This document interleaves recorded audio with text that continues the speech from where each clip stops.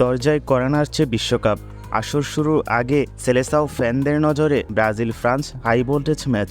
আজ রাত 2টায় মুখোমুখি হচ্ছে এই দুই জায়ান্ট। একদিকে 5বারের বিশ্ব চ্যাম্পিয়নদের নরবরে ফর্ম, অন্যদিকে ফরাসি শিবিরে দিদিয়ার দেশমের শেষ মিশন। দুই দলের স্কোয়াড শক্তি নিয়ে আমাদের আজকের বিশেষ প্রতিবেদন।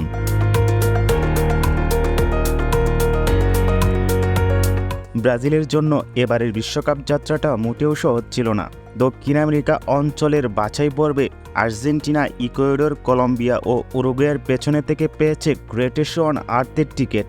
এমনকি গত বছরের শেষ দিকে বলিভিয়া ও জাপানের মতো দলের কাছেও হার মানতে হয়েছে 5বারের বিশ্ব চ্যাম্পিয়নদের।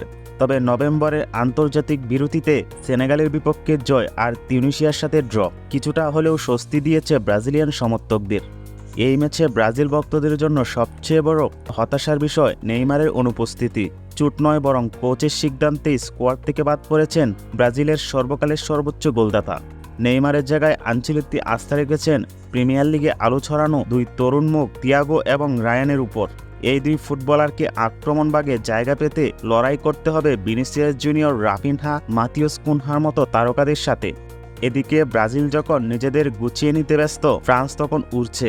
দিদিয়ার দেশমের অধীনে বাছাই পর্বে গ্রুপ চ্যাম্পিয়ন হয়ে নিশ্চিত করেছে বিশ্বকাপের টিকিট। ফরাসি ফুটবল পাড়ায় আরও একটি বড় সুখবর হলো কোচিং প্যানেলের পরিবর্তন। এই বিশ্বকাপের পরই দেশম দায়িত্ব তুলে দেবেন জিনেদিন জিদানের হাতে।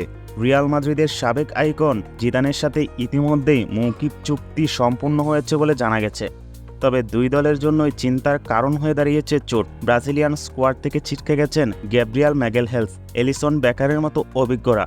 অন্যদিকে ফ্রান্সেও পাচ্ছেন না বার্সেলোনার ফুটবলার জুলুস কুন্দেকে।